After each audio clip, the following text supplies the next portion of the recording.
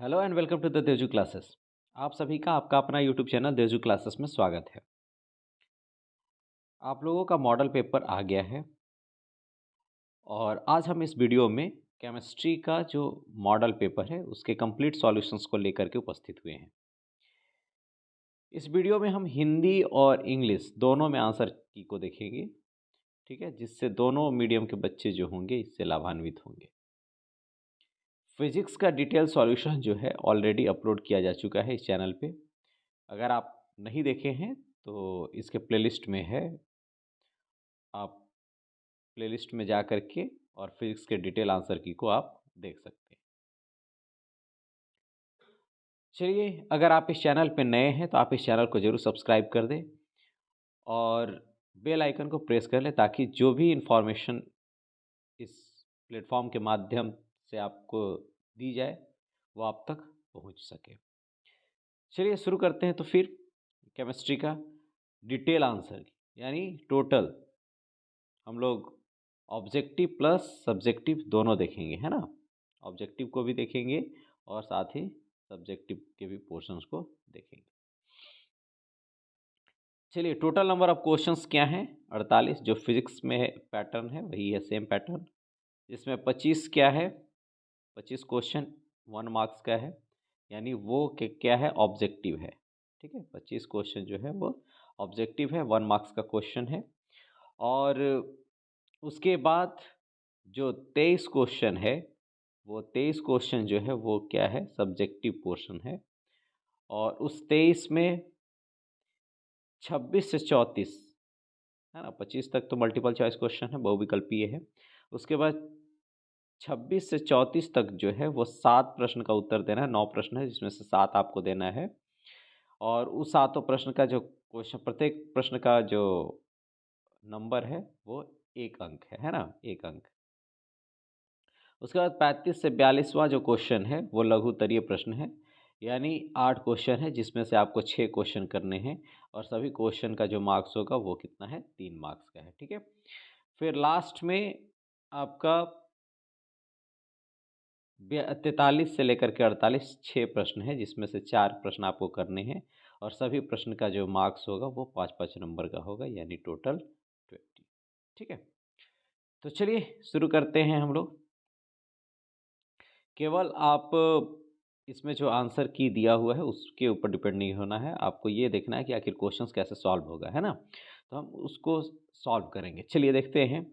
Molarity of an aqueous solution containing 2 gram of NaOH in 200 millilitre of solution is. ठीक है, तो 200 millilitre जलीय विलयन में 2 ग्राम NaOH घुला है, तो विलयन का मोलरता क्या हो। ठीक है, तो मोलरता क्या होता है, मास यानी number of mole of solute. ठीक है, यानी जो सॉल्यूट है उसका mole, mole of solute divided by volume of solution. ठीक है, किसमें, लीटर में, volume of solution in litre. तो मोल ऑफ सॉल्यूट, अब मोल ऑफ सॉल्यूट क्या हो जाएगा, मास इन ग्राम बाय मॉलिक्यूलर मास। ठीक है, डिवाइडेड बाय वॉल्यूम, वॉल्यूम क्या है यहाँ पे 200 मिलीलीटर। अब 200 मिलीलीटर है तो उसको हम लोग बदलेंगे किसमें, लीटर में, तो क्या हो जाएगा बाई 1000। ठीक है, अब देखिए मास इन ग्राम, NaOH का मॉलिक्यूलर मास क्या हो जाएगा, Na का हो गया 23, ऑक्सीजन का हो गया 16 और हाइड्रोजन का हो गया 1। तो टोटल कितना हो जाएगा, 23 16, 23 एक 24 और 16 40। ठीक है, तो एम, कैपिटल एम यानी मॉलिक्यूलर मास जो है, यानी आणविक द्रव्यमान जो है वो आपका कितना आ गया, 40। अब मास इन ग्राम, ठीक है, ग्राम में द्रव्यमान, तो कितना है ग्राम में द्रव्यमान, 2 ग्राम। तो 2/40 गुने ये जो पोर्शन 200 यहाँ चला जाएगा और 1000 कहाँ चला जाएगा, ऊपर। तो 200 और यहाँ ऊपर में कितना हो जाएगा, 1000। ठीक है। अब ये 200, ये 1 2 3, तीनों जीरो कट गया, 2 से 2 कट गया, तो कितना हो जाएगा 1/4। 1/4 यानी 0.25, 0.25 क्या 0.25, ठीक है, मोल पर लीटर, 0.25 मोल पर लीटर। तो इसका सही आंसर क्या हो जाएगा, ऑप्शन नंबर डी, 0.25 मोल पर लीटर। ठीक है, तो पहला का सही आंसर क्या हो जाएगा, ऑप्शन नंबर डी। चलिए आगे बढ़ते हैं हम लोग, next question. Among the following substance, ठीक है, substance the lowest vapour pressure is exerted by, तो सबसे लोवेस्ट वेपर प्रेशर कौन एक्सर्ट करता है, मरकरी। इसका सही आंसर क्या हो जाएगा, दूसरा का डी यानी 12। चलिए क्वेश्चन नंबर 3 देखिए, unit of KB is, unit of KB is, तो केबी जो होगा, केबी जो होता है वो क्या हो जाता है, del TB by M, del TB by M, molality. तो डेल टीबी का यानी डेल टीबी क्या है, ये टेम्परेचर, तो टेम्परेचर का हो गया केल्विन, और मोलैलिटी का क्या हो जाता है, मोल पर केजी, तो मोल पर केजी। तो अब ये ऊपर चला जाएगा तो क्या हो जाएगा, केजी पर मोल, केजी पर मोल। ठीक है, तो इसका सही आंसर क्या हो जाएगा, ऑप्शन नंबर डी। चलिए आगे चलते हैं हम लोग, क्वेश्चन नंबर 4 देखिए, the quantity of charge, the quantity of charge required to obtain 1 mole of aluminium from Al2O3। ठीक है, तो कितना चार्ज होगा, किससे, Al2O3 से आपको क्या निकालना है, 1 मोल ऑफ अल्युमिनियम। अब देखिए Al2O3 से क्या दे रहा है, अल्युमिनियम, अल्युमिनियम क्या है 3+, तो ये कितना, ट्वाइस। ठीक है, तो अब क्या कह रहा है कि कितना 1 मोल ऑफ अल्युमिनियम निकालने में कितना चार्ज जो है वो करेगा, तो द्वितीय कितना हो जाएगा, यानी यहाँ पे 6, यानी Al3+। ठीक है, अब यहाँ से कितना दे रहा है, 2Al, 2Al, तो यहाँ पे कितना हो जाएगा, ट्वाइस, यानी कितना इलेक्ट्रॉन, 6 इलेक्ट्रॉन, 6 इलेक्ट्रॉन जाएगा ना, तो 6 इलेक्ट्रॉन जो है उसका ट्वाइस, तो यानी 2 मोल कितना दे रहा है, 6 इलेक्ट्रॉन दे रहा है, तो 1 मोल कितना हो जाएगा, 3 इलेक्ट्रॉन। ठीक है, तो चार्ज कितना हो जाएगा, 3F, है ना। 6 इलेक्ट्रॉन कितना, 2 मोल, तो 1 इलेक्ट्रॉन कितना दे देगा, 3F। ठीक है, मतलब एक मोल कितना देगा, 3F। चलिए तो चौथा का सही आंसर क्या हो जाएगा, ऑप्शन नंबर सी यानी 3F। ठीक है, चलिए क्वेश्चन नंबर 5 देखिए, the molar conductivity is maximum for the solution of concentration. तो मोलर कंडक्टिविटी जो होती है वो इन्वर्सली प्रोपोर्शनल होती है किसके, कंसंट्रेशन से। ठीक है, अब कंसंट्रेशन का इन्वर्सली प्रोपोर्शनल है, इसका मतलब है कि जिसका कंसंट्रेशन सबसे कम उसकी मोलर कंडक्टिविटी उतनी अधिक। तो इसमें सबसे कम कंसंट्रेशन किसका है, तो इसका है 0.0001 एम। ठीक है, तो सबसे कम इसकी है कंसंट्रेशन, तो इसका सही आंसर क्या हो जाएगा, ऑप्शन नंबर डी। ठीक है, क्वेश्चन नंबर 6 देखिए, specific conductance of 0.1 ohm molarity NaCl solution is 1.01 into 10 to the power minus 2 per ohm per centimeter. ठीक है, इट्स मोलर कंडक्टेंस, इसका मोलर कंडक्टेंस क्या होगा? तो स्पेसिफिक कंडक्टेंस यानी के इज इक्वल्स टू क्या हो जाता है? Molarity into molar conductance by 1000। चलिए, तो क्या हो जाएगा? एम की वैल्यू क्या हो जाएगी? 0.1 इंटू मोलर कंडक्टिविटी की क्या हो जाएगी? के इंटू 1000। चलिए, तो हमको निकालना क्या है? मोलर कंडक्टेंस निकालना है। तो 1 मिनट। चलिए, तो मोलर कंडक्टेंस यानी ये निकालना है, तो ये क्या हो जाएगा? के इंटू 1000/m। तो के की वैल्यू क्या है? के की वैल्यू 1.01 इंटू 10⁻⁻² इंटू 1000 का मतलब हो गया 10⁻³ बाई, उसके बाद क्या हो जाएगा? ये मोलरिटी कितना हो गया? 0.1। अब इसको सॉल्व करना है, तो इसको सॉल्व करेंगे तो कितना हो जाएगा?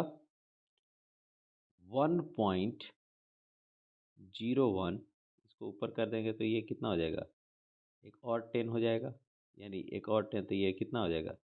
3 चेंज हो जाएगा 4 में, तो 4 माइनस 2 कितना हो जाएगा? 2, तो 10⁻²। ठीक है, 1.01 इंटू 10⁻² पर ओम सेंटीमीटर स्क्वायर पर मोल। ठीक है, तो इसका सही आंसर क्या हो जाएगा? Option number A. 6 का सही आंसर ऑप्शन नंबर ए। चलिए, क्वेश्चन नंबर 7 देखिए। Radio active disintegration is an example of, है ना, रेडियो सक्रिय विघटन जो है वो किसका उदाहरण है? तो फर्स्ट ऑर्डर का। किसका है? फर्स्ट ऑर्डर, प्रथम कोटि का।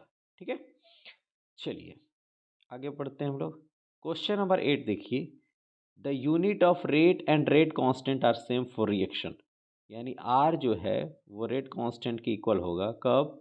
जब कंसंट्रेशन कितना होगा? 0 होगा तब ना। 0 होगा तो 1 हो गया इसकी वैल्यू। आर के इक्वल कब होगा? जब इस पूरा के वैल्यू क्या हो जाएगा? 1 हो जाएगा। तो 1 कब होता है? जब पावर कितना हो? 0। इसका मतलब क्या है? 0 ऑर्डर रिएक्शन। तो 8 का सही आंसर क्या हो जाएगा? Option number A. Question number 9 देखिए। The rate constant for a first order of reaction is 2 into 10⁻². The half life period of the reaction, the rate constant कितना है फर्स्ट ऑर्डर का? इतना, 2 into 10⁻²। तो क्या हो जाएगा? T half. तो टी हाफ बराबर क्या हो जाएगा? 0.693/k। ठीक है, तो 693/k हुआ, तो k की वैल्यू क्या आ जाएगी?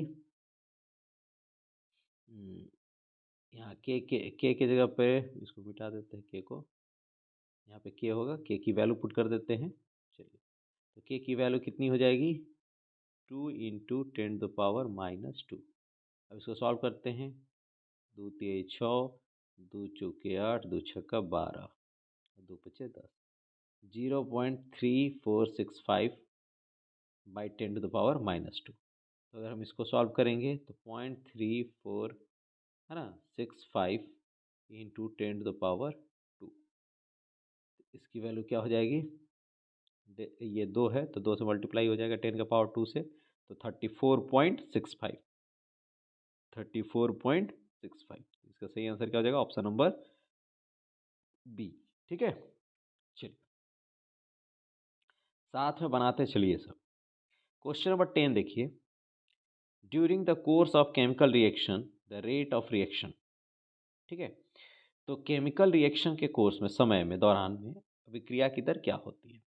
देखो, ए जो है वो मान लो बी, ए जो है वो चेंज हो रहा है किसमें, बी, मतलब ए क्या है रिएक्टेंट, वो किसमें हो जा रहा है, बी प्रोडक्ट में। अब देखो ये क्या हो रहा है, डिसअपियरेंस हो रहा है इसका, मतलब ये गायब हो रहा है तब ये बी बन रहा है, इसका अपीयरेंस हो रहा है, ये माइनस में ये प्लस में, ठीक है। अब ये बताइए रेट ऑफ रिएक्शन जो होता है कंसंट्रेशन के डायरेक्टली प्रोपोर्शनल होता है, rate of reaction is directly proportional to concentration, ठीक है। अब जब कंसंट्रेशन के डायरेक्टली प्रोपोर्शनल है तो मतलब सांद्रता के डायरेक्टली प्रोपोर्शनल है, तो ए जो है समय जैसे जैसे बढ़ेगा ए का कंसंट्रेशन क्या होगा, कम होगा। बात समझ में आ रही है, समय जब बढ़ेगा तो ए का कंसंट्रेशन क्या होगा, कम होगा, और जब ए का कंसंट्रेशन कम होगा तो आर की भी वैल्यू क्या होगी, कम होगी, ठीक है। इसका मतलब क्या है, इसका मतलब है कि जो रेट होगा वो समय के साथ क्या होगा, डिक्रीज करेगा, क्यों, क्योंकि कंसंट्रेशन डिक्रीज कर रहा है, क्लियर है। तो 10 का सही आंसर क्या हो जाएगा, डिक्रीजेज विथ टाइम, समय के साथ घटता है। बात समझ में आ गई क्यों घटता है। चलिए आगे बढ़ते हम लोग, क्वेश्चन नंबर 11 देखिए, which of the following transition metal ion is colourless, इनमें से कौन सा संक्रमणीय धातु आयन रंगहीन है, ठीक है। अब रंगहीन के लिए क्या देखना है आपको, रंगहीन के लिए देखना है कि कौन सा, देखिए रंगीन कौन होगा, जो अनपेयर इलेक्ट्रॉन होंगे, अनपेयर का मतलब जो जोड़े में नहीं होंगे, एकल होंगे। अगर जोड़ा में हो गया, अगर पेयर्ड इलेक्ट्रॉन इसके पास है, ठीक है, तो वो कलरलेस होगा, ठीक है। तो चलिए चेक करते हैं, V2+, V2+ का मतलब क्या हुआ, आर्गन, आर्गन तक का कितना हो गया 18, 18 के बाद V2+, वेनेडियम का कितना होता है, स्कैंडियम टिटेनियम वेनेडियम यानी 23, इसका जो एटॉमिक नंबर हो गया वो कितना हो गया 23, अब 23 में से 2 जाएगा तो कितना हो जाएगा 21, अब जब 21 होगा, है ना, तो जब 21 होगा तो क्या हो जाएगा 4s2 3d3, ये किसका है, वेनेडियम का। तो जब वेनेडियम 2+ हो जाएगा तो ये क्या हो जाएगा, गायब हो जाएगा, और ये जब गायब होगा तो 3 क्या है, अनपेयर्ड इलेक्ट्रॉन। तो जब अनपेयर्ड इलेक्ट्रॉन होगा तो ये क्या होगा, कलरफुल होगा।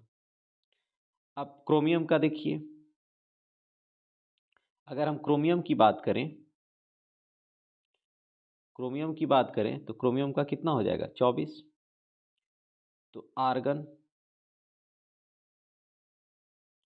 फिर सॉरी ये आर्गन, फिर 4s1 और 3d5, यही होता है, फुली फिल्ड हो जाता है क्रोमियम। तो अब 3+ है तो एक ये गायब हो गया और 2 यहाँ से गायब होगा तो कितना हो जाएगा 3, 3 अनपेयर्ड, तो ये भी कलरफुल हो जाएगा। Zn2+, अब Zn2+, Zn का कितना होता है 30, तो 2 जाएगा तो कितना हो जाएगा 28, ये Ar 4s2 3d10। अब Zn2+ तो 2 गायब होगा तो ये 2 गायब हो जाएगा। अब ये D10 पूरी तरह से क्या हुआ है, भरा हुआ है, तो जब फुली फिल्ड होगा, पूरी तरह से भरा हुआ रहेगा, कोई अनपेयर इलेक्ट्रॉन नहीं रहेगा, तो ये क्या होगा, ये कलरलेस होगा, क्लियर है, ये रंगहीन रहेगा, कब, जब पूरी तरह से भरा हुआ रहेगा तब।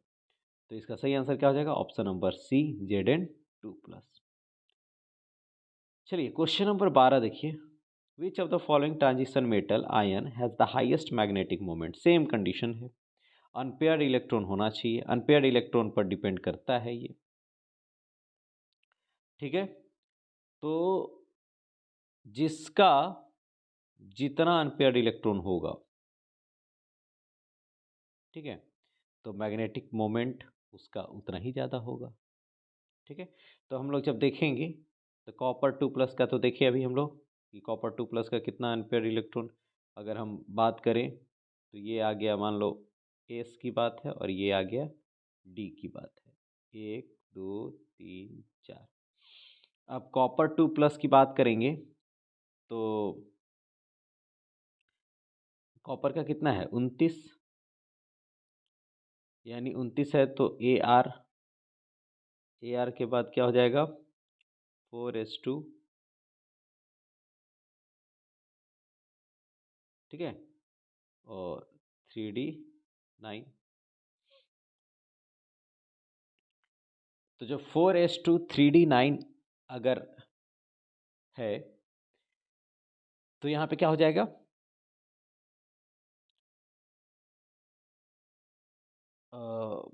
2+, तो 2+ है तो कितना हो जाएगा, ये गायब होगा। अगर कॉपर 4s1 3d10 हो जाएगा मान, ये रहता है स्टेबल स्टेट में। अब 2+, तो ये जाएगा और ये कितना हो जाएगा 9, तो 9 होगा तो क्या हो जाएगा 9 होगा तो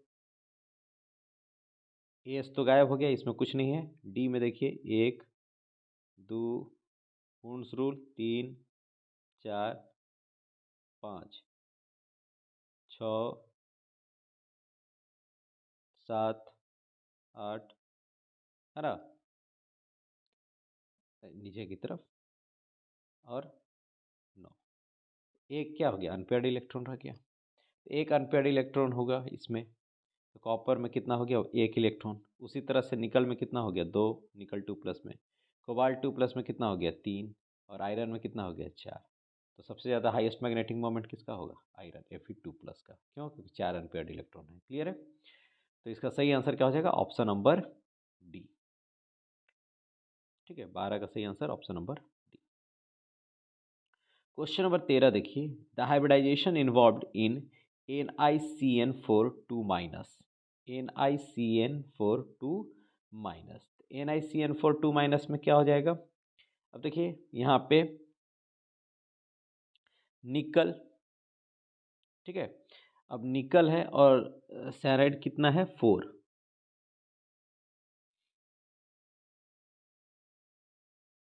ठीक है। तो निकल का ऑक्सीडेशन नंबर कितना हो जाएगा निकल का, तो निकल का ऑक्सीडेशन नंबर हो गया आपका -4, उधर हो गया तो 2, ठीक है। निकल का कितना हो गया 2, तो Ni निकल का 2+। अब Ni 2+ का क्या हो जाएगा,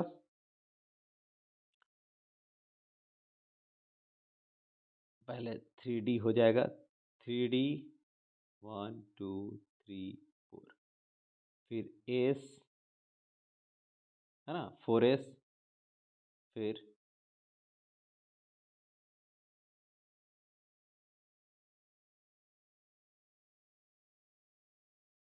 4p6, तो 1 2 3 पी का हो गया। चलिए अब उसके बाद निकल 2+, ठीक है, तो निकल का कितना हो जाएगा 28, निकल का कितना हो गया 28। अब 28 है तो 28 में से 2 गया, 28 हो गया, तो आर्गन ये हो जाएगा, आर्गन को इस तरह से, फिर ये हो जाएगा 4s2 और 3d8। अब Ni 2+ है ना, अब Ni 2+ है तो यहाँ क्या हो जाएगा, ये हट जाएगा, ये खाली हो गया, और यहाँ कितना हो गया 8, तो 1 2 3 4, 4 2 8 हो गया, तो अब खाली एक बच गया इसमें। अब आना किसको है Cn को, Cn कितना है 4, एक अग जाएगा, तो पहले इसमें जाएगा 1 2 3 और 1 3, 2 ही जाएगा, 1 मिनट। Cn 4 है तो एक इसमें आ जाएगा, एक इसमें 2 और एक इसमें और एक इसमें, तो 4, यानी D1 S1 और P2, तो इसका हाइब्रिडाइजेशन क्या हो जाएगा DsP2। क्लियर है, क्या किए पहले सेंट्रल एटम जो है उसका हम लोग निकाल लिए ऑक्सीडेशन स्टेट, फिर उसका हम लोग हुंड्स रूल के तहत उसका ऑर्बिटल इलेक्ट्रॉनिक कन्फिग्रेशन कर दिए, और उसके बाद डबल पेयर कर दिए पेयर वाइज। उसके बाद जो खाली जगह बचा वहाँ पे Cn को लाई किए, तो कितना हुआ DsP2। ठीक है, इसका सही आंसर क्या हो जाएगा? Option number B. Question number 14, which of the following is not a neutral ligand? कौन सा इसमें न्यूट्रल लिगेंड नहीं है? तो H2O है, NH3 भी है, CO भी है, तो कौन नहीं है? ONO। तो इसका सही आंसर ऑप्शन नंबर सी। ठीक है, क्वेश्चन नंबर 15 देखिए, the number of ions given by PtNH3 6Cl4 in the aqueous solution. तो क्या हो जाएगा? ये जो Pt है, PtNH3 6, तो ये एक कितना दे देगा? प्लस, ठीक है, प्लस एक आयन, ये केटायन दे दिया, और Cl कितना हो जाएगा? माइनस। तो Cl क्या गो हुआ? 4, और ये क्या गो हुआ? 1। ठीक है, तो एक ये और ये एक, कितना हो जाएगा total? Number of ions 5। Number of ions is 5। चलिए नेक्स्ट देखिए,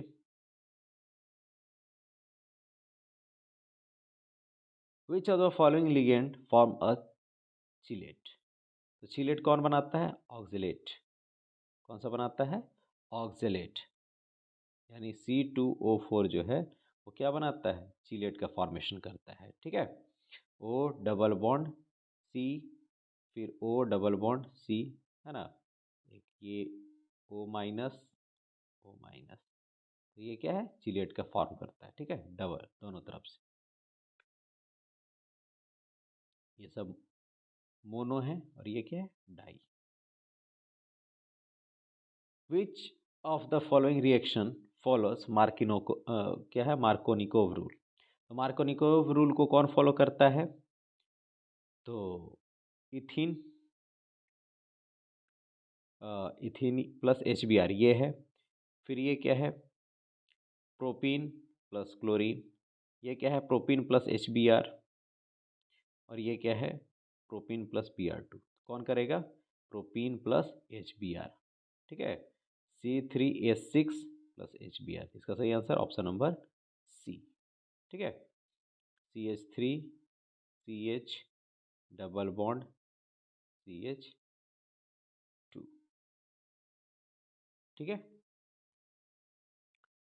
और प्लस HBr, Br कहाँ जाकर के लगेगा? यहाँ। ठीक है, चलिए आगे बढ़िए। विच, अगर पेरोक्साइड हो जाता तो शुरू वाला में लग जाता है ना, एंटी मार्कोनिकोव रूल लागू हो जाता। विच of the following compound has the highest boiling point? इसमें सबसे ज़्यादा हाईएस्ट बॉइलिंग पॉइंट किसका है? ठीक है, तो हाईएस्ट बॉइलिंग पॉइंट के लिए क्या होना चाहिए? सबसे लॉन्ग चेन।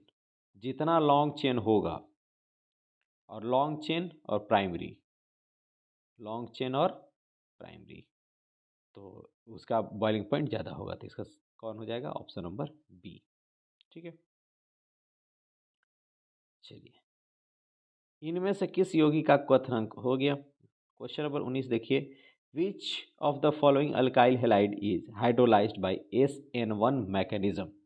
SN1 मैकेनिज्म से कौन जो है वो हाइड्रोलाइज्ड होगा? CH3Cl, ठीक है, फिर CH3CH2Cl क्लोरोइथेन, फिर ये क्लोरोप्रोपेन, ठीक है, या फिर थर्ड डिग्री, 3 डिग्री है ना, तो इसका सही आंसर क्या हो जाएगा? ये सब फर्स्ट डिग्री है, तो 3 डिग्री S1 मैकेनिज्म से 3 डिग्री, 2 डिग्री, 1 डिग्री, क्या हो जाएगा? 3 डिग्री। तो इसका सही आंसर क्या हो जाएगा? Option number D. The ease of dehydrohalogenation of alkyl halide with alcoholic KOH।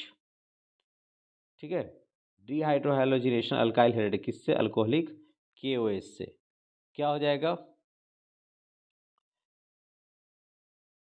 इसका क्या हो जाएगा? पहले 3 डिग्री, फिर 2 डिग्री, फिर 1 डिग्री। तो इसका सही answer option number B. Dehydrohalogenation किसका? पहले 3 डिग्री का, फिर 2 डिग्री का, फिर 1 डिग्री का।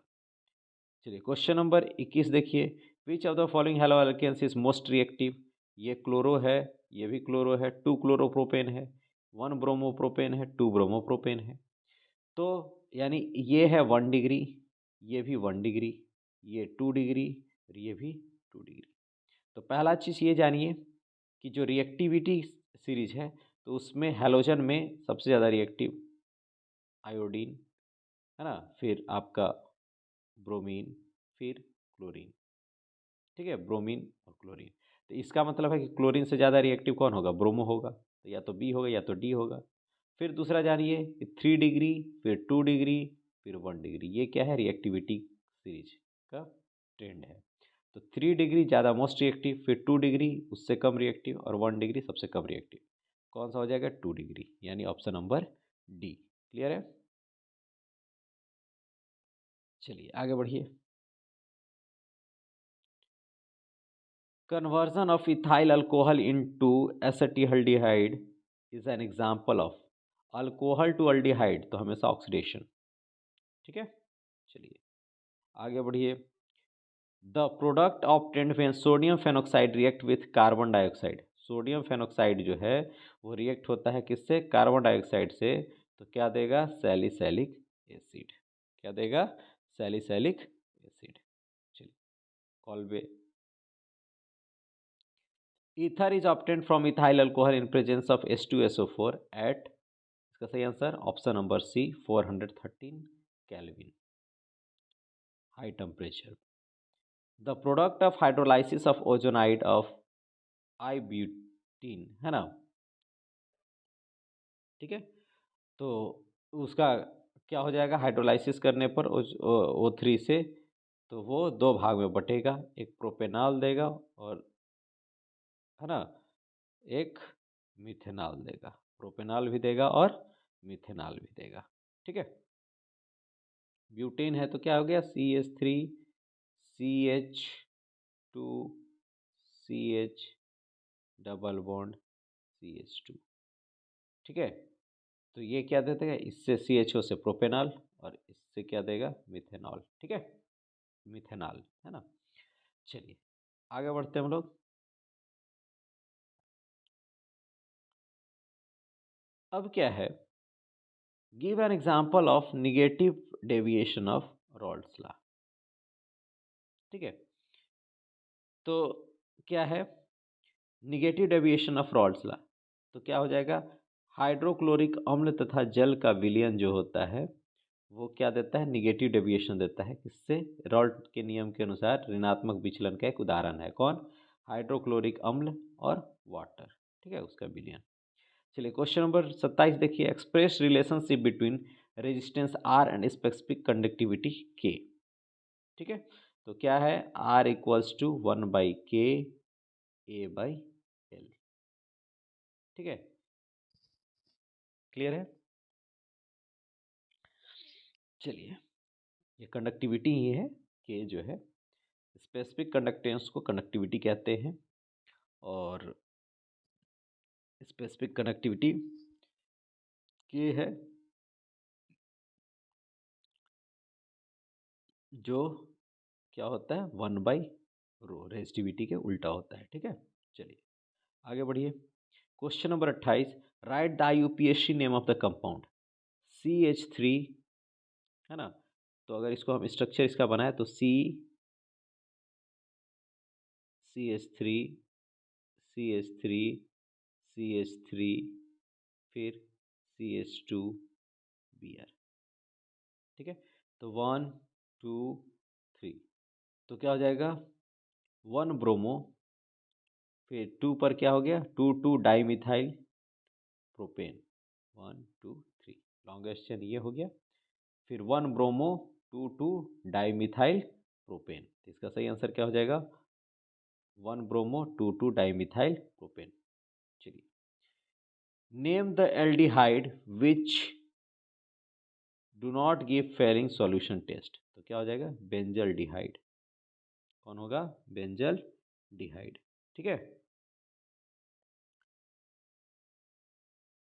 चलिए तो इसका सही आंसर बेंजल डिहाइड जो होगा वो फेलिंग सॉल्यूशन टेस्ट नहीं देगा। 2 डाईमिथाइल प्रोपेनॉल भी नहीं देता है। चलिए, लेकिन एक आप याद रखिए, बेंजल डिहाइड। ठीक है, एरोमेटिक जो कंपाउंड होते हैं वो नहीं देते हैं। The reagent to convert nitrile into primary amine, तो क्या हो गया, NiAlH4, निकल अल्युमिनियम हाइड्राइड, है ना। ये क्या है, निकल अल्युमिनियम हाइड्राइड, ये एक रिएजेंट है जो कन्वर्ट करता है नाइट्राइल को किसमें, प्राइमरी एमाइन में। चलिए, geometry possessed by NiCO4 is tetrahedral, कौन होगा, टेट्राहेड्रल। चलिए, उसके बाद चलिए आगे, water hydrolysis product of sucrose, sucrose को का जलीय अपघटन से क्या प्राप्त होते हैं, तो ग्लूकोज एंड फ्रुक्टोज, क्या प्राप्त होता है, ग्लूकोज और फ्रुक्टोज। हिंदी में भी ग्लूकोज और फ्रुक्टोज ही है, तो आप लिख सकते हैं।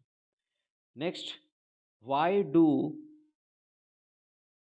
Do amines behave as nucleophile, amine जो होते हैं वो न्यूक्लियोफाइल की तरह क्यों बिहेव करते हैं, न्यूक्लियोफाइल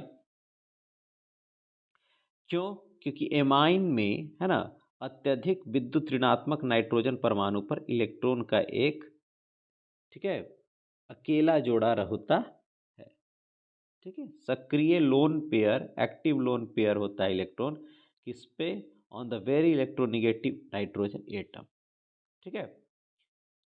एमाइंस में जो नाइट्रोजन है वो नाइट्रोजन पर क्या है, लोन पेयर इलेक्ट्रॉन है, ठीक है, इसीलिए ये क्या होते हैं, एक्ट एज ए न्यूक्लियोफाइल, ठीक है। चलिए आगे बढ़ते हैं, ऋणात्मक है तो उसको पॉजिटिव चाहिए उसको, ठीक है, इसलिए एक्ट एज ए न्यूक्लियोफाइल। फिर नेक्स्ट क्वेश्चन देखिए, क्वेश्चन नंबर 34, क्या होता है जब एनिलीन को Br2 जल के साथ अभिक्रिया करते हैं, तो जब जल के ब्रोमीन जल के साथ अभिक्रिया होता है तो ब्रोमीन जल का रंग क्या हो जाता है, फीका पड़ जाता है, डिकलराइज्ड हो जाता है, और वाइट प्रिसिपिटेट जो होते हैं वो फॉर्म होते हैं, यानी सफ़ेद अवक्षेप बनता है। और इसके परिणाम स्वरूप जब एनिलीन, है ना, जब एनिलीन में, ये किसका सूत्र है, एनिलीन का, तो जब एनिलीन में ब्रोमीन जल हम लोग डालते हैं, है ना, तो क्या देगा, 2,4,6 ब्रोमो, है ना, NH2, एक Br यहाँ 2 पर, एक 4 पर और एक 6 पर, तो 2,4,6 ब्रोमो, ठीक है, 2,4,6 ब्रोमो, है ना, फेनाइलमाइन या फिर एनिलीन, 2,4,6 ब्रोमो एनिलीन, है ना, या फिर फिनाइलमाइन, ठीक है, ये इसका नाम है, ये देता है, ठीक है। चलिए अब हम लोग देखेंगे शॉर्ट आंसर टाइप क्वेश्चन, लघु उत्तरीय प्रश्न। अब इसमें से आपको 6 प्रश्नों का उत्तर देना है, ठीक है, टोटल 8 है, इसमें से आपको देना कितना है, 6। पहला क्या है, differentiate between molality and molarity, write their unit, what is the effect on change in temperature, मोललता और मोलरता में अंतर करें और इनके मात्रक लिखिए, तापमान परिवर्तन पर इन पर क्या प्रभाव पड़ेगा। मैं केवल समझा दे रहा हूँ और आंसर यहाँ पे लिखा हुआ है, आप वहाँ से नोट डाउन कर सकते हैं, ठीक है। तो सबसे पहले मोललिटी क्या है, मोललिटी है number of mole of solute present in 1 kg of solvent, 1 kg जो सॉल्वेंट है ना, विलायक है, उसमें कितना मोल जो है विलेय जो है वो मौजूद है, ठीक है, 1 kg विलायक में कितना मोल मौजूद होता है, जो मोल की संख्या मौजूद होती है ना, मोलों की संख्या जो उपस्थित होती है उसको बोलते हैं हम लोग मोललता, क्या बोलते हैं, मोललता, यानी मोलालिटी। अब मोलारिटी क्या होता है, नंबर ऑफ सॉल्यूट, यानी मोलों की संख्या, ठीक है, मोलों की संख्या किसमें, 1 लीटर ऑफ सॉल्यूशन, बिलियन का 1 लीटर बिलियन में, ठीक है, 1 लीटर बिलियन में जितना number of mole of solute present होता है उसको बोलते हैं हम लोग मोलारिटी, ठीक है। चलिए, तो मोलालिटी में क्या है कि मोल पर केजी, इसका यूनिट क्या हो जाएगा, मोल पर केजी, क्यों, क्योंकि मोल ऊपर बाई 1 kg ऑफ सॉल्वेंट है, और मोलारिटी में क्या हो जाएगा, मोल पर लीटर, मोल पर लीटर। अब तापमान का प्रभाव देखिए, मोलारिटी जो होता है, मोलालिटी जो है उस पर कोई प्रभाव नहीं पड़ता है तापमान का। तापमान बढ़ाइए इंडिपेंडेंट रहता है किस पर, तापमान पर। लेकिन मोलारिटी जो होता है वो तापमान के बढ़ने से मोलारिटी भी क्या होता है, बढ़ता है। ठीक है, जो मोलारिटी है, मोलरता जो है वो तापमान के बढ़ने से बढ़ता है। क्लियर है, वही चीज़ यहाँ पे लिखा हुआ है, आप स्क्रीनशॉट ले लीजिए, बाद में आप नोट डाउन कर लीजिएगा या फिर अभी भी इसको नोट डाउन कर सकते हैं। चलिए आगे क्वेश्चन देखिए, NO2, ठीक है, NO2 डिसोसिएट होकर के क्या दे रहा है, 2NO plus O2। Rate of decrease of concentration of NO2 कितना है, इसका क्या सूत्र हो जाएगा, 1/2 डिसअपियरेंस हो रहा है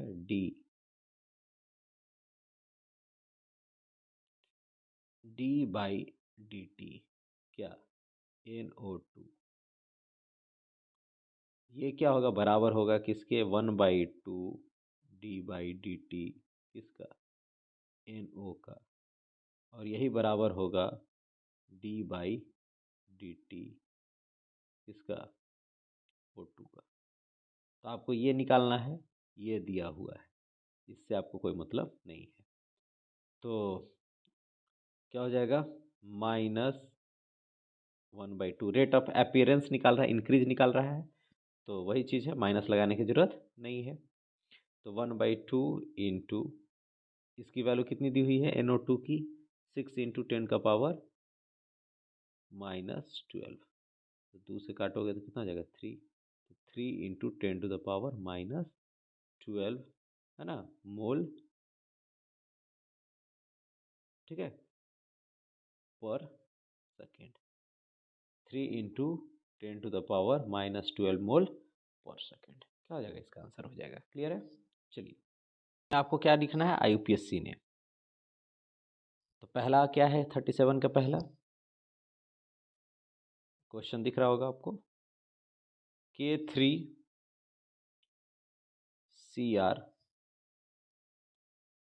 C2O4 3, ठीक है। तो K3 यानी ये क्या है, पोटेशियम, क्या हो जाएगा, पोटेशियम। अब ये ऑक्सीलेटो कितना है, ट्राई ऑक्सीलेटो, फिर लास्ट में कौन बचा, लिगेंड में क्रोमेट, सेंट्रल वही है, बाकी लिगेंड्स नहीं है, तो क्रोमेट, ठीक है। अब देखिए क्रोमेट का ऑक्सीडेशन नंबर कितना हो जाएगा, 3, K3 का क्या हो जाएगा, +3, ठीक है, और इसका कितना हो जाएगा, क्रोमेट ऑक्सीलेटो का -2, तो 3 दूनी के 6, ठीक है। तो x + 3 - 6 बराबर 0, x बराबर कितना हो जाएगा, 3, तो इसका क्या हो जाएगा, 3, ठीक है। तो पोटेशियम ट्राई ऑक्सीलेटो क्रोमेट, क्लियर है। चलिए नेक्स्ट देखिए, सेकंड क्या है, दिख रहा होगा स्क्रीन पे, CO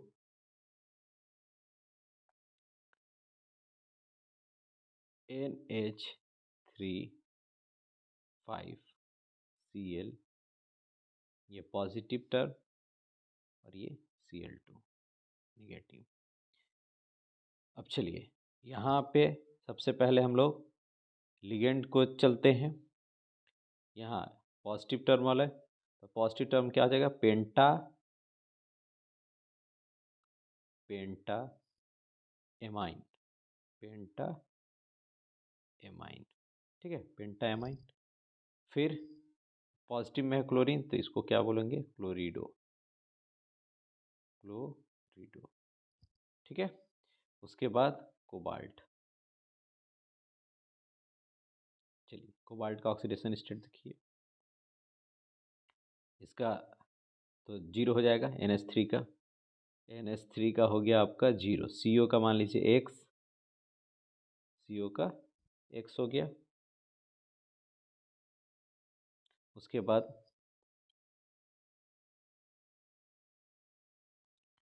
प्लस NH3 का क्या हो जाएगा 0, ये 0 हो गया, माइनस Cl का 1, ठीक है।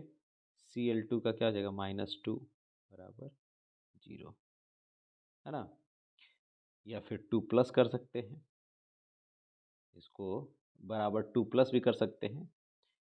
तो x की वैल्यू क्या आ जाएगी 3, x की वैल्यू 3, तो कोबाल्ट क्या हो जाएगा 3, ठीक है।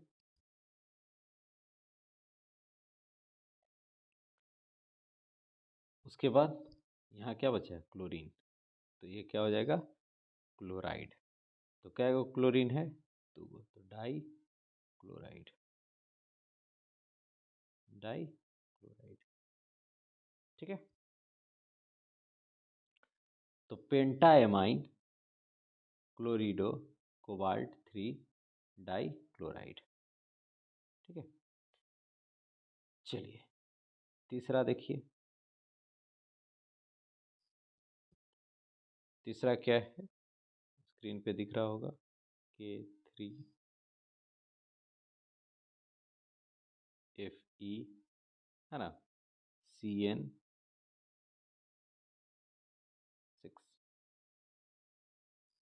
तो इसमें क्या है पॉजिटिव निगेटिव।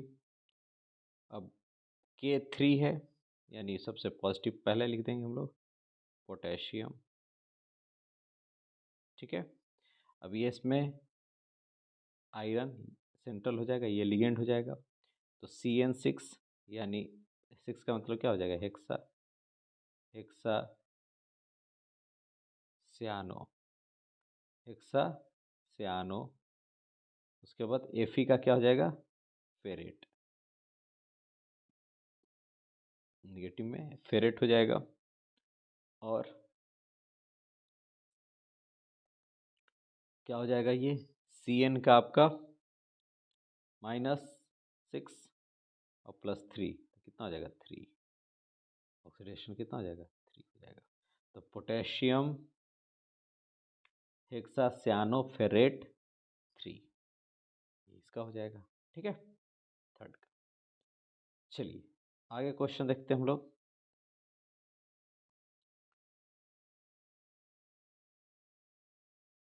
इन अभिक्रियाओं को पूर्ण करें। CH3 CH2OH SOCl2, तो क्या हो जाएगा CH3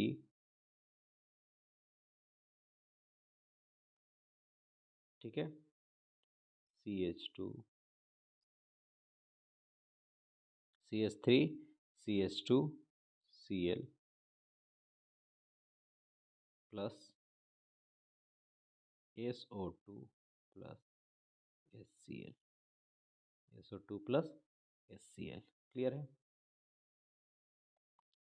चलिए आगे देखिए हम लोग CH3 CH2 CHOH CH3 H2SO4 concentrated रहेगा तो क्या देगा, तो ये आपका अल्कोहल जो है वो चेंज हो जाएगा किस में 2 डिग्री है, तो 2 डिग्री है किस में हो जाएगा एल्कीन में, किसमें हो जाएगा एल्कीन में। तो ये हो जाएगा आपका CH3 CH double bond CH CH3, ठीक है।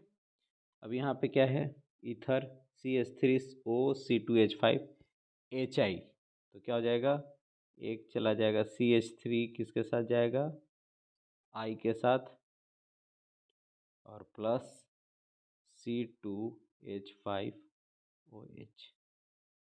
C2H5OH, क्लियर है CH3I और C2H5OH, क्लियर। तो ये तीनों अभिक्रिया है, आप इसको पूरा कर लेंगे। चलिए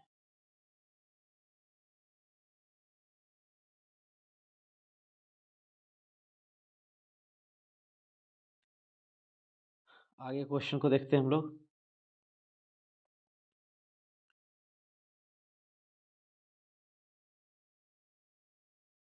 चलिए, पेप्टाइड लिंकेज क्या है?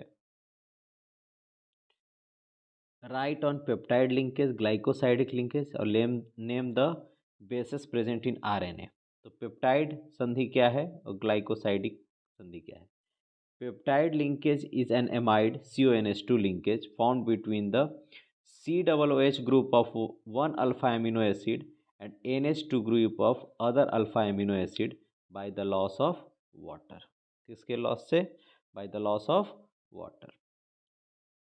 मतलब क्या है, एक अल्फा एमिनो यानी ये COOH का पार्ट है और एक इसी का दो अल्फा एमिनो एसिड है, उन लोग का एक का COOH का पार्ट और एक का NH2 का पार्ट का NH2 का पार्ट का H और COOH का पार्ट का OH, ये दोनों मिल करके वाटर को लॉस ऑफ वाटर होता है और जो लिंकेज का फॉर्मेशन होता है इसको बोलते हैं हम लोग पेप्टाइड लिंकेज। क्या बोलते हैं? पेप्टाइड लिंक, पेप्टाइड बंध। ठीक है। दूसरा क्या है?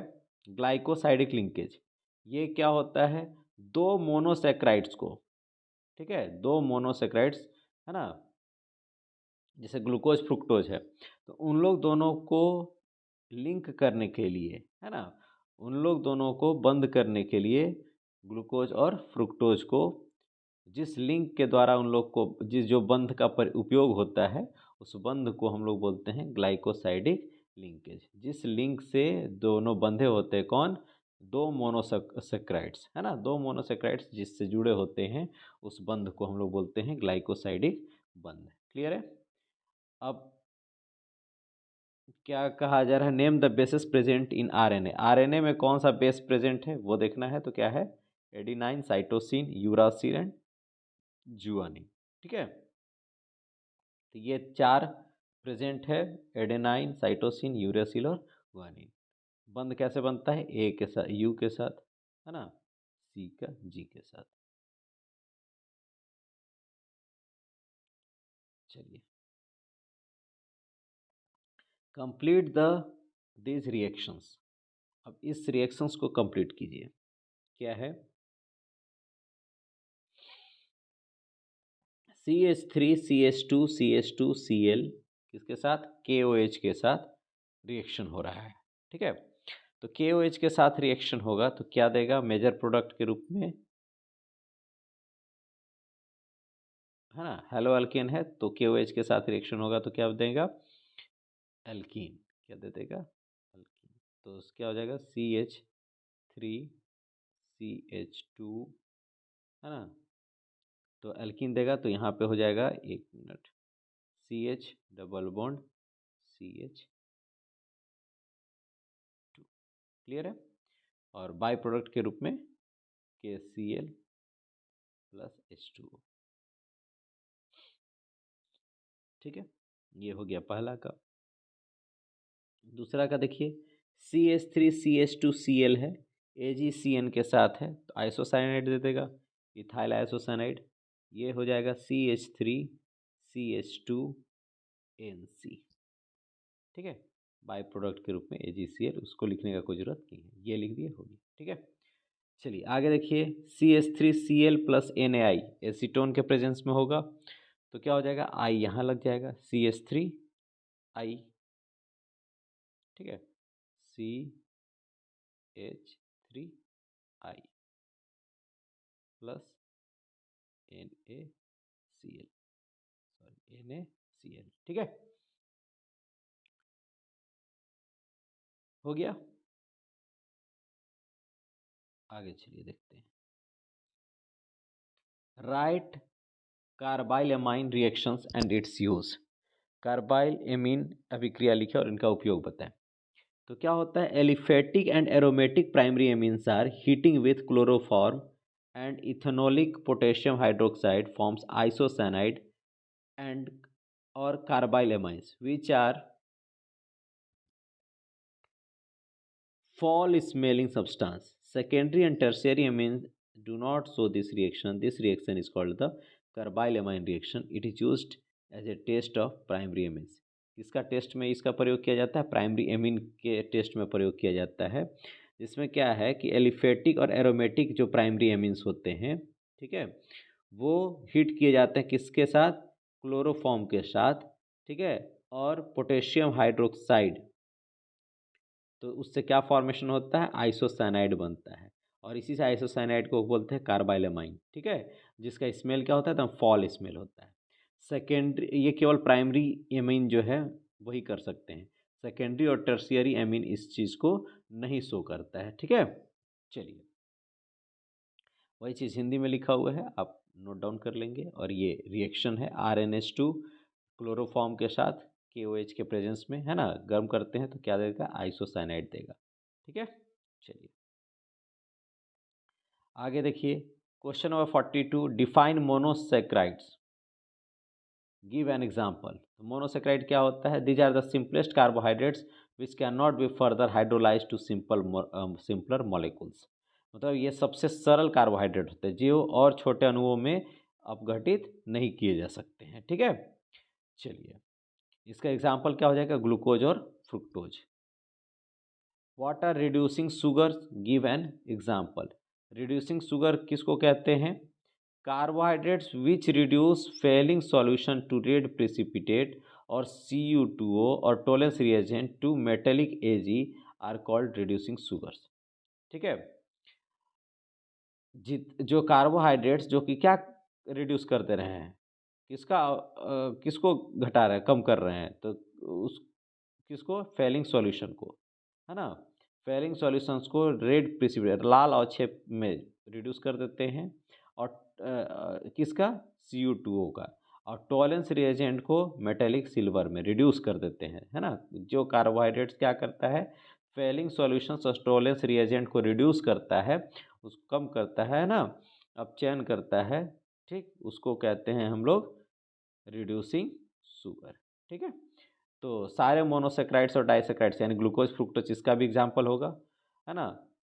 सुक्रोज को छोड़ करके बाकी सारे मोनोसेक्राइड्स और डाइसेक्राइड्स हैं वो इसको करते हैं, ठीक है, रिड्यूसिंग शुगर्स होते हैं, ठीक है। चलिए चलिए, तो नेक्स्ट क्वेश्चन क्या है? 43, व्हाट इज साल्ट ब्रिज। अब आपको 6 क्वेश्चन दिया है, उसमें से आपको 4 क्वेश्चन करने हैं। सारे क्वेश्चंस का मार्क्स कितना है? 5-5 मार्क्स का, ठीक है। What is salt bridge? Write its function. Salt bridge क्या होता है और उसका फंक्शंस, कार्य को लिखिए। If a current of 1.5 ampere flows through a metallic wire for 3 hours, then how many electrons would flow through the wire, ठीक है। चलिए, अब यहाँ पे देखिए, साल्ट ब्रिज क्या है? It consist of a glass U tube containing semi-solid paste of either KCl, KNO3 और NH4Cl in gelatin और अगर अगर जेली। अगर अगर जेली और जिलेटिन के रूप में ये एक KCl और KNO3 या फिर अमोनियम क्लोराइड का पेस्ट होता है, ठीक है, यू ट्यूब टाइप का, यू आकार का। इसका काम क्या है? इलेक्ट्रिकल न्यूट्रलिटी को मेंटेन करता है। It allows flow of ions through it, है ना, उसके उसमें आयंस का फ्लो हो सकता है ना, जिससे सर्किट क्या होता है? कंप्लीट होता है, ठीक है। अगर इसका हिंदी में देखें तो लवण सेतु एक यू आकार के कांच की नली होती है, इसमें KCl KNO3 या, ठीक है, अगर अगर से बना गाढ़ा पेस्ट होता है, ठीक है। चलिए, इसका कार्य क्या है? इससे आयन बहता है जिससे परिपथ पूरा होता है, या विद्युत उदासीनता को बनाए रखता है, ठीक है। चलिए आगे देखिए, हम लोग क्वेश्चन देखिए कि किसी धात्विक तार 1.5 एम्पियर धारा प्रवाहित हो रहा है 3 घंटे के लिए, तो Q बराबर क्या होता है? IT, ठीक है, Q बराबर I/T। Q इक्वल्स टू क्या हो जाएगा? नंबर ऑफ इलेक्ट्रॉन N और इंटू चार्ज ऑफ इलेक्ट्रॉन, ठीक है, एक आवेश का आवेश किसका? एक इलेक्ट्रॉन का आवेश, बराबर आई की वैल्यू कितनी है? 1.5 इंटू टाइम की वैल्यू टाइम कितना है? 3 घंटा, 3 घंटे यानी 3 × 3600 सेकेंड। तो एन बराबर क्या हो जाएगा? एन बराबर आपका 1.5 इंटू 3 × 3600 बाई कितना हो जाएगा? 1.6 इंटू 10⁻⁻19 कूलम। ठीक है, अब ये डेसिमल से ये कट गया, 4 से इसको काटिए, 4 चौके 16, और ये कितना हो जाएगा, 4 9 36, 900 हो गया। फिर 4 से इसको काटिए, कितना बार में, 225। ठीक है, अब 215 तिया 45 गुने 225, 225 गुने 45 कितना हो जाएगा, 50 25, 5 दूनी के 10 और 2 12, 5 दूनी के 10 और 1 11, 4 5 20, 4 दूनी के 8 और 2 10, 4 दूनी के 8 और 1 9, टोटल कितना हो जाएगा, 5 2 1 9 और 1 10। ठीक है, यानी 10 125 गुने 10 का पावर कितना हो गया, 19। ठीक है, ये 19 ऊपर चला जाएगा, 19 हो गया। अब डेसिमल 1 2 3 4, अगर 4 बैठाइएगा तो यहाँ 23 हो जाएगा, यानी 1.01 इंटू 10⁻23, इतना नंबर ऑफ इलेक्ट्रॉन्स जो होंगे, इतना इलेक्ट्रॉन की संख्या होगी। ठीक है, चलिए, अगर आप डेसिमल 10 के बाद रखना चाहते हैं तो यहाँ 22 हो जाएगा। क्लियर है, चलिए आगे बढ़िए, हम लोग देखते हैं question number 44। Explain the reason transition metals and their many compounds of paramagnetic. Paramagnetic क्यों है, क्योंकि अनपेयर्ड इलेक्ट्रॉन है उसके पास। जनरली फॉर्म कलर कम्प्लेक्सेस, क्यों, क्योंकि डी डी ट्रांजिशन ये भी क्या है, डी ब्लॉक में अनपेयर्ड इलेक्ट्रॉन है। एग्जिबिट वेरिएबल ऑक्सीडेशन स्टेट, क्यों ऑक्सीडेशन स्टेट है, क्योंकि अनपेयर्ड इलेक्ट्रॉन है। गुड कैटलिस्ट क्यों है, क्योंकि अनपेयर्ड रहता है और उसको ज़्यादा बिहेवियर है, ऑक्सीडेशन नंबर वेरिएबल्स होते हैं उसके, तो वेरिएबल ऑक्सीडेशन स्टेट होते हैं। गुड कैटलिस्ट है ना। Enthalpies of atomisation are high, क्यों, क्योंकि इंटरमोलिकुलर जो है बॉन्डिंग ज़्यादा होता है। ठीक है, अनपेयर इलेक्ट्रॉन होने के कारण। ठीक है, तो ये इसका आंसर है। सेम हमने मोस्टली सब में अनपेयर्ड इलेक्ट्रॉन ही है लगभग। डी ब्लॉक ट्रांजिशन एलिमेंट्स यानी अनपेयर्ड इलेक्ट्रॉन की कहानी है। उसके हिंदी में देख लीजिए, यह अयुग्लित इलेक्ट्रॉनों की उपस्थिति के कारण, अयुग्लित यानी अनपेयर्ड इलेक्ट्रॉन है ना, डी संक्रमण के कारण होता है। डी कक्षकों के कारण, अपूर्ण डी कक्षकों के कारण क्या होता है, कलर। ठीक है, और ऑक्सीकरण, परिवर्ती ऑक्सीकरण अवस्था को दर्शाती है। उत्प्रेरक का कार्य करती है, क्योंकि वही अनपेयर्ड इलेक्ट्रॉन है उसके पास, है ना। वेरिएबल ऑक्सीडेशन स्टेट को वो अपनाने में माहिर है। परिवर्तनशील ऑक्सीकरण अवस्थाओं को अपनाने और संकुल यौगिक बनाने में क्षमता के कारण होता है। ठीक है, फिर क्या है कि हाई आयनिक इंथैल्पी क्यों है उसका।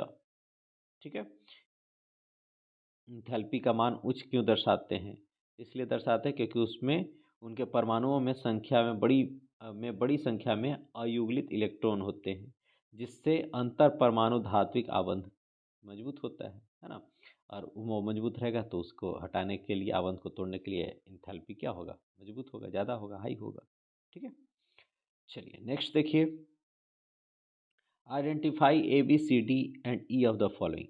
CH3CHO HCN के साथ होगा, तो क्या रिएक्शन होगा, ये ए जो होगा, ठीक है, ए क्या देंगे, CH3, ठीक है, ठीक है, सैनोहाइड्रिन दे देगा CH3, और यहाँ पे CH, ठीक है, और यहीं पे एक CN दे देगा, और यही CH पे क्या लग जाएगा, OH। ठीक है, फर्दर H प्लस H2O होगा, तो ये क्या हो जाएगा, यानी बी जो होगा वो क्या होगा, CH3CH, ये आपका OH, और ये आपका C OH। ठीक है, यानी दो हाइड्रोक्सी, 2 हाइड्रोक्सी प्रोपेनोइक एसिड, अम्ल। ठीक है, चलिए, ये हो गया प्रोडक्ट और ये बी प्रोडक्ट। चलिए क्वेश्चन नंबर बी देखिए। CH3CH2COOH Cl2 और H2O, तो C क्या देगा, CH3, है ना, Cl हो गया, तो क्या दे देगा, CH3 CH फिर COOH, क्या लग जाएगा, सीधे जा कर के Cl बैठ जाएगा। चलिए आगे देखिए, 2 क्लोरोप्रोपेनोइक दे दिया।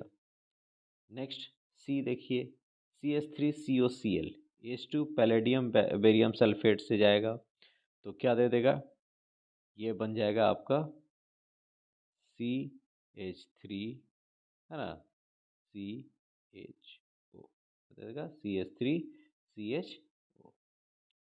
फिर CH3CHO, इसका ऑक्सीडेशन होगा तो क्या दे देगा, CH3COOH, है ना। अल्डिहाइड ऑक्सीडाइज होकर के क्या देगा, कार्बोक्सिलिक एसिड दे देगा।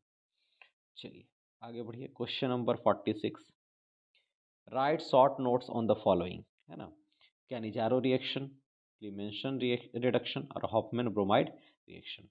तो कैनिजारो रिएक्शन क्या हो रहे हैं, अल्डिहाइड्स जिसके पास which do not have an alpha hydrogen atom, जिसके पास अल्फा हाइड्रोजन एटम नहीं है, वो सेल्फ ऑक्सीडेशन या रिडक्शन में जाते हैं।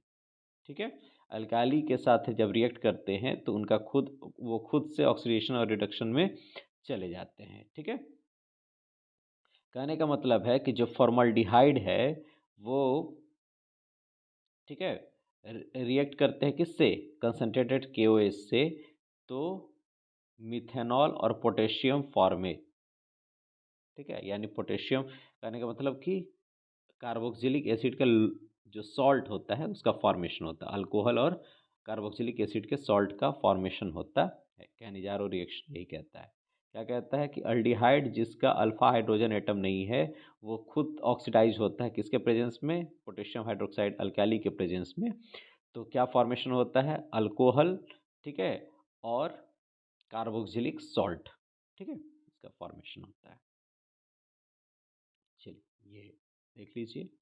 उसके बाद फिर हिंदी में भी वही है सेम, जिन एल्डिहाइड में अल्फा हाइड्रोजन परमाणु नहीं होता है वे सांद्र क्षार के साथ गर्म करने पर स्व ऑक्सीकरण या अपचयन प्रक्रिया से गुजरते हैं। इस अभिक्रिया में एल्डिहाइड का एक अणु अल्कोहल में अपचयित हो जाता है और दूसरा अणु कार्बोक्सिलिक अम्ल के लवण में ऑक्सीकृत हो जाता है। ठीक है, चलिए मतलब एक का अपचयन हुआ, क्यों हुआ, क्योंकि OH का फॉर्मेशन हुआ था अपचयन के साथ, और CHO से अगर COOH यानी पोटेशियम, यानी पोटेशियम क्या कार्बोक्सिलिक का सॉल्ट दे रहा है, इसका मतलब है कि उसका क्या हो रहा है, ऑक्सीकृत हो रहा है, उपचयन हो रहा है। ठीक है, चलिए नेक्स्ट क्या है, क्लीमेंसन रिडक्शन। क्लीमेंसन रिडक्शन क्या कह रहा है कि कोई भी कार्बोनिल ग्रुप, कार्बोनिल ग्रुप कहने का मतलब क्या है, एल्डिहाइड और कीटोन ग्रुप, वो क्या हो जाता है, रिड्यूस होता है किसमें, CH2।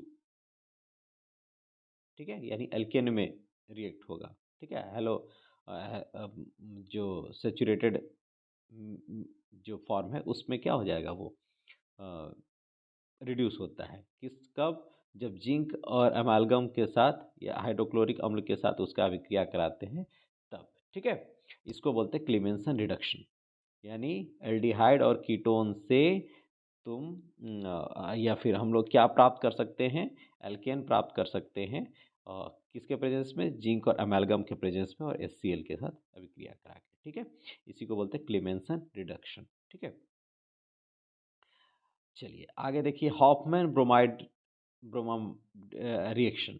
इसमें क्या होता है, इसको प्राइमरी एमीन को बनाने में इसकी सहायता की जाती है। क्या किया जाता है, एमाइड को ब्रोमीन के साथ अभिक्रिया कराया जाता है। ठीक है, एमाइड को किसके साथ, ब्रोमीन के साथ अभिक्रिया कराते हैं तो कलरलेस होगा ब्रोमीन और छेप का फॉर्मेशन होगा। ठीक है, और प्राइमरी एमीन बनेगा। ठीक है, इसी को बोलते हैं Hoffmann bromide reaction. RCONH2 Br2NOH के साथ RNH2 एमाइड का फॉर्मेशन हुआ। ठीक है, और सोडियम कार्बोनेट NaBr और H2O ये बाई प्रोडक्ट है, मेन प्रोडक्ट क्या हो गया, एमाइड। ठीक है, सॉरी एमाइड यहाँ है ना, तो प्राइमरी प्रोडक्ट क्या हो गया, एमीन हो गया। ठीक है, चलिए आगे बढ़िए, हॉफमैन ब्रोमाइड रिएक्शन हो गया, आप स्क्रीनशॉट ले सकते हैं। क्या कह रहा है कि why orthonitrophenol is more volatile than paranitrophenol. Orthonitrophenol जो है वो ज़्यादा वोलाटाइल है, किसके कारण, पारानाइट्रोफिनोल। वोलाटाइल का मतलब क्या है? वाष्पशील, तुरंत भाप बन जाए। तो क्यों? क्योंकि ऑर्थोनाइट्रोफिनॉल में, देखिए ये है ऑर्थोनाइट्रोफिनॉल, ये आपका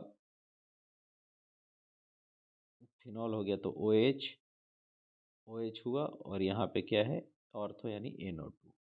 तो यहाँ पे जो बॉन्ड बन रहा है OH, और ये इसका O और इसका H के बीच में जो बॉन्ड बन रहा है, तो ये क्या है? ये इंटर, मतलब इंट्रा, यानी आप आपस में ही बॉन्ड बना लिए। अब आपस में बॉन्ड बनाए तो ये क्या है? थोड़ा कमज़ोर हो जाता है। ठीक है, इसलिए थोड़ा सा हीट करने पर बॉइलिंग पॉइंट इसकी कम हो जाती है और ये भाप बन जाता है। ठीक है, लेकिन जब दूर है ना, अंतरा आणविक, ठीक है, अगर बना रहा है, तो अंतरा आणविक अगर बना रहा है तो इसका मतलब है कि वो क्या है? थोड़ा मजबूत है। ठीक है, चलिए, तो orthonitrophenol is more volatile than paranitrophenol due to the presence of intramolecular hydrogen bonding. Ortho नज़दीक है तो इंट्रामोलिकुलर हाइड्रोजन बॉन्डिंग बनाया, और पारा में क्या हो रहा है? इंटरमोलिकुलर हाइड्रोजन बॉन्डिंग बना रहा है। और intermolecular hydrogen bonding causes the association of molecules, molecules को क्या कर रहा है? बांध करके रख रहा है, जिसके चलते क्या है? वो लेस वोलाटाइल है। कौन? पारा वाला। ठीक है, आंतर आणविक हाइड्रोजन आबंध के कारण ऑर्थोनाइट्रोफिनॉल भाप द्वारा वाष्पित होती है, जबकि पैरानाइट्रोफिनॉल कम वाष्पशील होती है, क्योंकि इसमें अंतरा आणविक हाइड्रोजन आबंध विद्यमान होता है, जिससे अणु संगुणित हो जाते हैं। क्लियर है? चलिए, फिर आगे देखिए, कंप्लीट दिस। ठीक है, रिडक्शन कॉपर। ठीक है, अब ये कॉपर के साथ अभिक्रिया हुआ तो क्या होगा?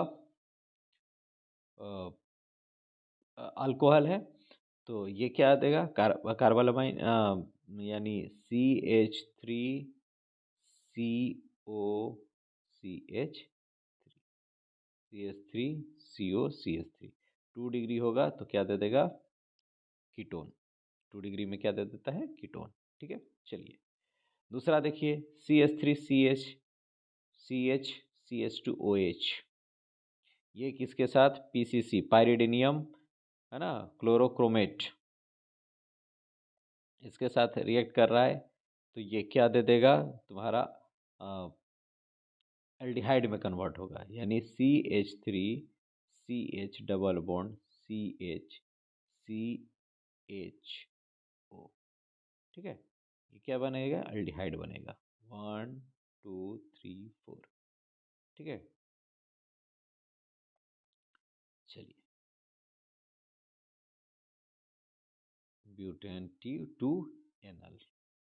चलिए नेक्स्ट, अगर हम लोग CH3OH, CH3CH2C OH, इसका H प्लस होता है, तो ये क्या दे देगा? प्रोपेनोएट। तो ये दे देगा तुम्हारा CH3CH2COOCH3, CH3CH2COOCH3। ठीक है, चलिए, नेक्स्ट देखिए, क्वेश्चन नंबर 48, लास्ट क्वेश्चन है। Define rate of reaction. क्या होते हैं? जिस स्पीड से प्रोडक्ट का फॉर्मेशन होता है, किससे? रिएक्टेंट से, केमिकल रिएक्शंस में, उसको बोलते हैं रेट ऑफ रिएक्शन। वे गति जिस पर रासायनिक क्रिया में अभिकारकों से उत्पाद बनते हैं ना, रासायनिक अभिक्रिया लिख दीजिए यहाँ पे, अभिक्रिया, रासायनिक अभिक्रिया में अभिकारकों से उत्पाद बनते हैं, उसी को बोलते हैं हम लोग रेट ऑफ रिएक्शन, यानी अभिक्रिया की दर। ठीक है, क्वेश्चन क्या कह रहा है कि thermal decomposition of HCOOH is a first order reaction with rate constant of 2.4 into 10 to the power minus 3 per second at a certain temperature. Calculate how long it take for 3/4 of the initial quantity to decompose. दो तरीके से बन सकता है, यानी T half करके भी ये बन सकता है, और वहाँ से भी। तो यहाँ पे क्या निकालना है आपको? टाइम। ठीक है, तो रेट कांस्टेंट यानी आर, आर इक्वल्स टू क्या हो जाएगा? 2.303/t log, ठीक है, यानी initial initial A naught by A कितना बचा टाइम पे, ठीक है। तो आर की वैल्यू दी हुई है, ये जो रेट कांस्टेंट है के, ठीक है। तो के की वैल्यू दी हुई है, तो के बराबर क्या हो जाएगा इतना। अब यहाँ पे के की वैल्यू दी हुई है 2.4 इंटू 10⁻³ बराबर 2.303/t into log A not को ए नॉट करिए। अब कह रहा है कि कितना बचेगा, 3/4 है ना। 3/4 क्या हो गया, खत्म हो गया, तो कितना बचा, 1/4 बचा। क्लियर है, यानी टी हाफ का ट्वाइस है, तो 1/4 ए नॉट खत्म हो गया, ये 4 ऊपर चला जाएगा, यानी टी इक्वल्स टू क्या हो जाएगा 2.303, ठीक है, बाई 2.4 इंटू 10⁻³ इंटू log 4 की वैल्यू यानी 2⁻2, और ये 2 साइड में आ जाएगा, 2 log 2 हो जाएगा। अगर हम इसको सॉल्व करेंगे तो हमारी वैल्यू कितनी आ जाएगी,